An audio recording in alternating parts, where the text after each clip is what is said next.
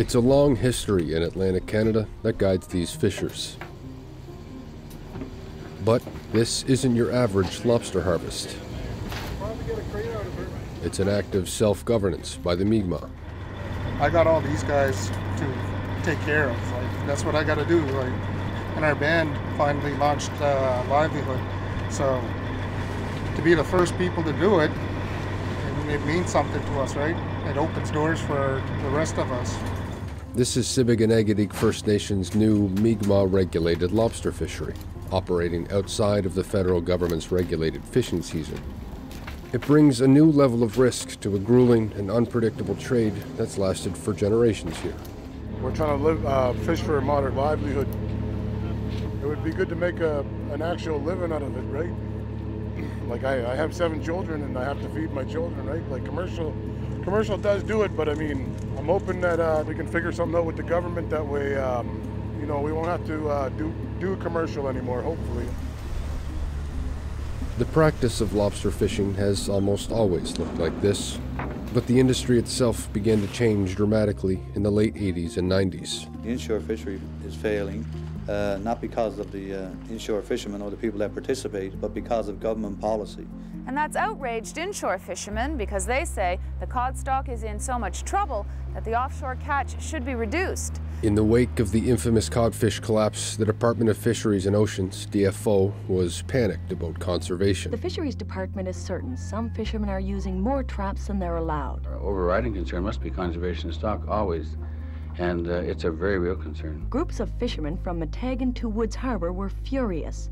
Their demonstration at the Fisheries building in Yarmouth brought out the riot police. There was mounting concern that fish stocks could buckle under the weight of a rapidly growing commercial lobster industry. In fact, in 1990 there was so much lobster on hand, market prices plummeted.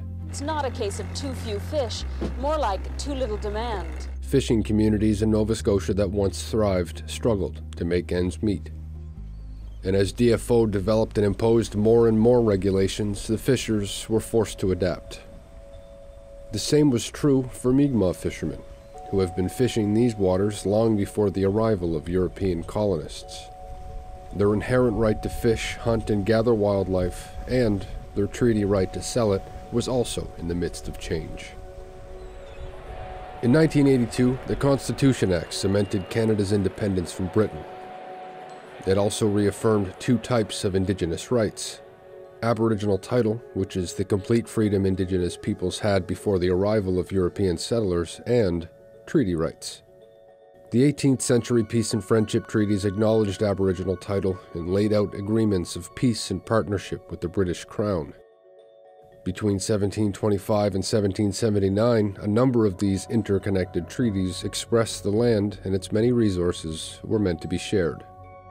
Over time, the treaties and the rights they affirmed remained unchanged, but they were overshadowed by the expansion of the British Empire and the establishment of Canada in 1867. Why let the government tell us what a treaty right is when we know ourselves this is our inherent right? This is going to be our future for our children. And it's too bad because this already belongs to us and we have to fight for it.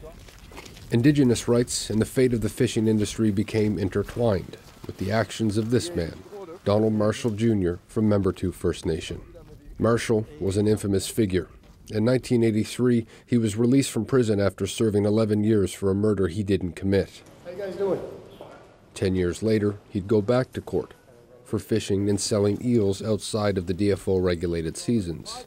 This case is about the rights of the Mi'kmaq to fish and to sell the fish that they catch.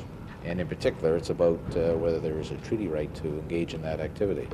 That's our future, you know, future to go out here and make a living and teach our kids how to survive in the next few years. For 6 years, Marshall battled, all the way to the Supreme Court.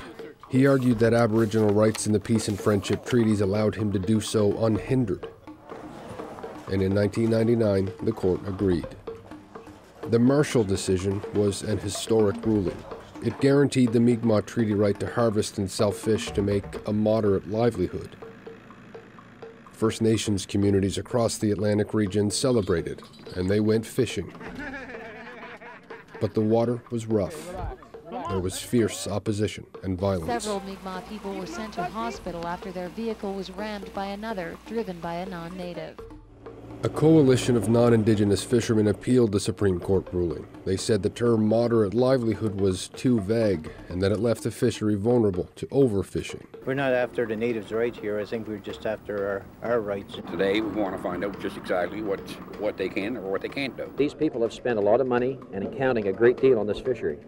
If they don't be able to meet their bank payments, their mortgage payments, their car payments, whatever, college payments, serious. Their appeal was dismissed, but the court did issue a rare clarification, Marshal 2. It stated the Mi'kmaq had the right to fish, but the fishing was subject to regulations if the federal government could justify them. The court said DFO must have a valid reason for restricting treaty rights, like conservation, and ordered there must be as little infringement as possible. Jamie, you're being arrested for fishing lobster over season. The decision also compelled the government to consult the First Nation on any infringements, but the Mi'kmaq say that consultation never happened. The term moderate livelihood is still undefined. They want us to sign agreements which will affect our treaties, and we don't want to do anything against that.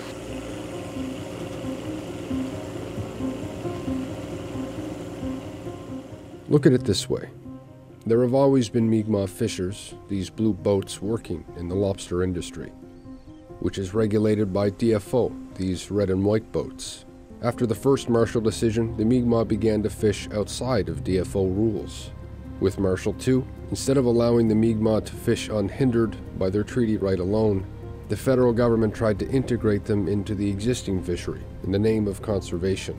Officials bought back and reissued commercial fishing licenses to Mi'kmaq communities and invested millions in resources to ease them into the industry. But the DFO regulations never changed to reflect the Mi'kmaq treaty right to fish and make a living from the catch, and the Mi'kmaq never stopped asserting that right. The result is 2 decades of ambiguity and frustration. Other court rulings involving Aboriginal title led to special licenses for food, social, and ceremonial harvesting, on the condition that the catch is not sold. For the Mi'kmaq, all of this has resulted in a troubling situation. Donald Marshall Jr. died in 2009. If he were alive today and went fishing to make a moderate livelihood again, he could go to jail on the same charges for which he was acquitted 21 years ago. Sad to see how Native people are treated in this country. I don't think we ever did anything wrong towards non-Native people to treat us like this, you know.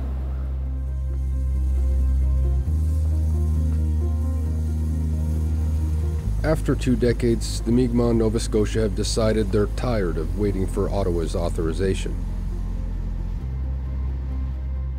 History seems to be repeating itself.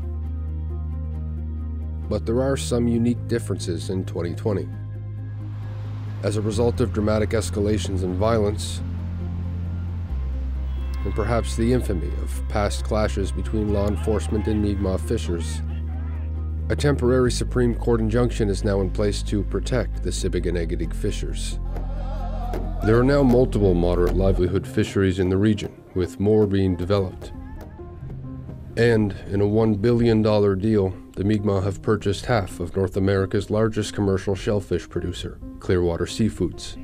For non-Indigenous fishermen, they still fear for the future of their industry. Movements for Indigenous rights are sweeping the country, adding pressure to the current government.